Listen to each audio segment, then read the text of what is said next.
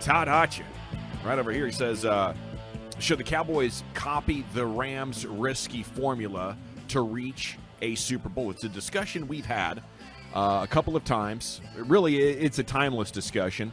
The Cowboys, for a long time, were reckless with their cap, and they would always be like the league leaders in the dead cap space that they'd have to eat from prior decisions. I think it was 6 or 7 years ago, right along the time that Stephen Jones started to get more influence and was more visible publicly, that they became a lot more prudent. You know, he's like, Dad, wouldn't be prudent using that credit card to pay for the team. We're going to regret that. So they've gone more conservative. I believe they've overswung the pendulum.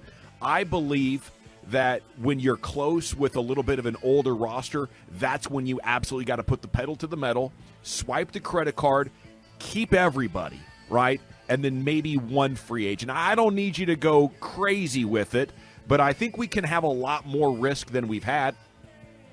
Your guy Archer, Brian, spoke with another one of your guys, Mike Tannenbaum, for the story, the former executive. He said he doesn't think they need to.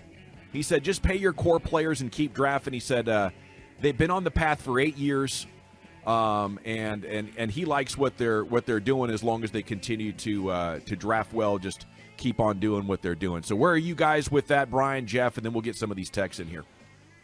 I get the temptation because of where they are, because they have, 7 highly paid players to take up a huge chunk of this thing, and that's without Tank Lawrence. My thing is that they're already kind of doing it. Like, Zach Martin is going to cost him $20 million next year. His contract is $14 million a year. Tyron's going to cost him $17.5 million. His contract is $12 million a year. Zeke's going to cost him $18 million. His contract is $12 or $13 million a year. Lyle Collins is $10 million a year, but he's going to cost $15 million. So they've already done it a bunch, and you keep doing that, and you're going to have at least 1 year and maybe 2 where you're not going to have much of a chance to compete. So I get the Stephen Jones angle where it's like, we want to compete. We're doing the thing where we move money around. Tank Lawrence is $21 million a year. He's going to be on the books for $27 million. They've done it on all of their big contracts already, and to keep doing it, you set yourself up to be in a bad spot. But Tank Lawrence and Amari Cooper would be really hard to replace, so it's tempting to just keep going. Yeah, that's a really good point. They rank, I just looked it up, they're like 9th in dead cap. Yeah, I to me, okay, let's go back to this season. We saw the Rams, they added Beckham, they added Miller.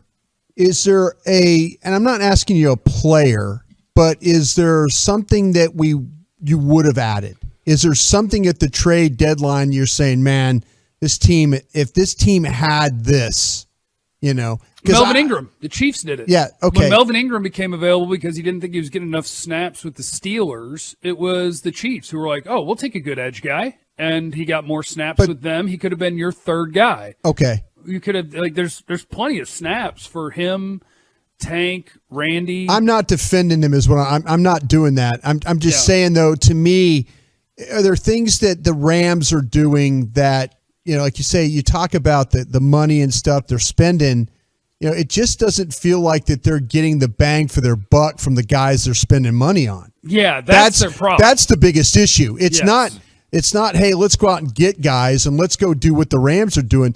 When the Rams go get somebody, it works out for them. Or they spend money on somebody, it works out for them. Whether that's Ramsey, Donald, whoever they go out and get, it seems Marcus to work. Peters back in the day, 4 years ago, exactly. Those guys. Yeah, they spend money, and Stephen Jones said it the other day, and I actually agreed with him. I'm like, he's like, listen, when you're the highest paid guy, you should play like the highest paid guy.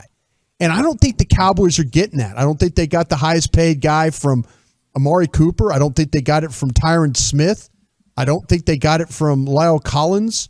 At times, they didn't get it from their quarterback. And Zeke. Yeah, and Zeke. I mean, that's the problem with the Cowboys. It's not do you go and do what the Rams do, because they're spending the money. The problem is, are the players living up to the contracts they're given? I think that's a big issue with this football team. Yeah, with Tyron, Zeke, and Zach getting a little bit older and not playing great, I think it's going to be even more important. Not that Martin played great, but I mean he's getting up there, and if you don't continue to play great, it can be an issue. And I look at James Daniels, the free agent with the Bears, like where I would go now. Because that's a good point. At this past year's trade deadline, I don't know if you could have really fixed your offensive line problem, but I think Cowboys fans would be ecstatic if you found out at the first week of free agency they were talking with Brandon Scherf of the Washington Commanders, who's going to get like $18 million a year, but they're like, you know what, we haven't done it. We need to plug this hole. We're going to draft Linderbaum with our first-round pick. If we got to trade up to get him, we're going to get him, and then we're going to have Linderbaum and Scherf.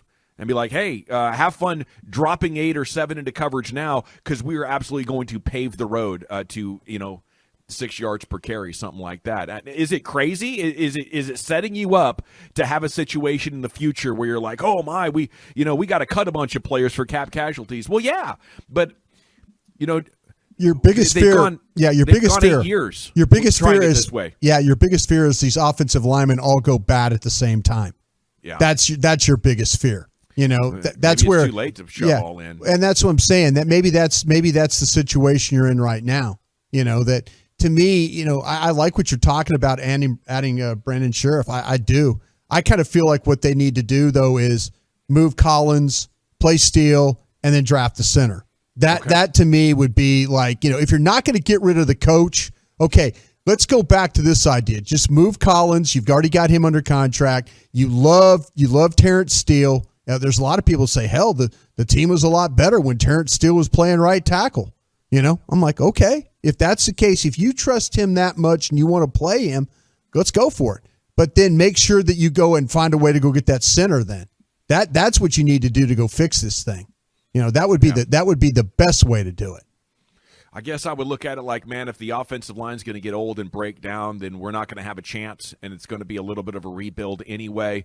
I want to throw best foot forward before it's done for sure. And when it's done, it's going to be done. Yeah, and it happened before this team. It happened in 2007 when they, with the guys that they had, Mark Colombo and that crew all started getting old. Leonard Davis, they all started getting old together. And it wasn't the same. They just weren't playing well enough, and they had to go and retool that whole thing. You might be looking at the cusp of that right now with this current line.